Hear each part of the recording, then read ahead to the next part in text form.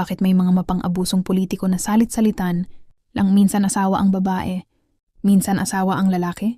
Ito ay karaniwang nangyayari dahil sa political dynasty o pagpapamana ng kapangyarihan. Narito ang malinaw na paliwanag. 1. Para manatili ang kapangyarihan, kapag bawal na tumakbo muli ang isang politiko dahil sa term limit, ang asawa ang pinapatakbo. Sa ganitong paraan, parang hindi nawawala ang kanilang kontrol. Nagpapalit lang ng pangalan, pero isa pa rin ang nagdedesisyon. 2. Pag-iwas sa batas pero hindi sa impluensya. Bagamat may batas sa term limit, walang malinaw at mahigpit na anti-dynasty law. Kaya ginagamit ang asawa bilang legal na kapalit kahit pareho pa rin ang sistema at estilo ng pamumuno. 3. Kontrol sa yaman at pondo ng bayan. Kapag hawak ng mag-asawa ang posisyon, mas madaling mapanatili ang impluensya sa pondo, proyekto at desisyon ng gobyerno.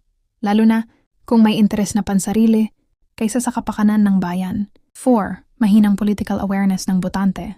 Minsan bumoboto ang tao dahil sa apelido, kasikatan o ayuda, hindi sa tunay na kakayahan at integridad.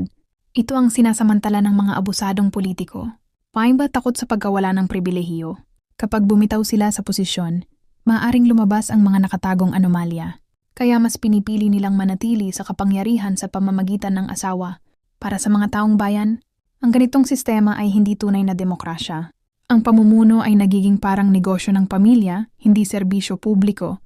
Ang tunay na pagbabago ay nagsisimula sa pagiging mapanuri sa pagboto, pagtingin sa track record hindi apelyido, at paninindigan laban sa pang-aabuso sa kapangyarihan. Pagkatapos, kapag may mga ayudang dumating pinipili lang nila. Kung kalaban ka sa politika, hindi ka nila binibigyan bakit ganun ang tao. Napakagahaman sa kapangyarihan? Yan ang tanong ng karamihan. Kaya maging pagmatsyag tayong lahat. Maging matalino tayo at mapunuri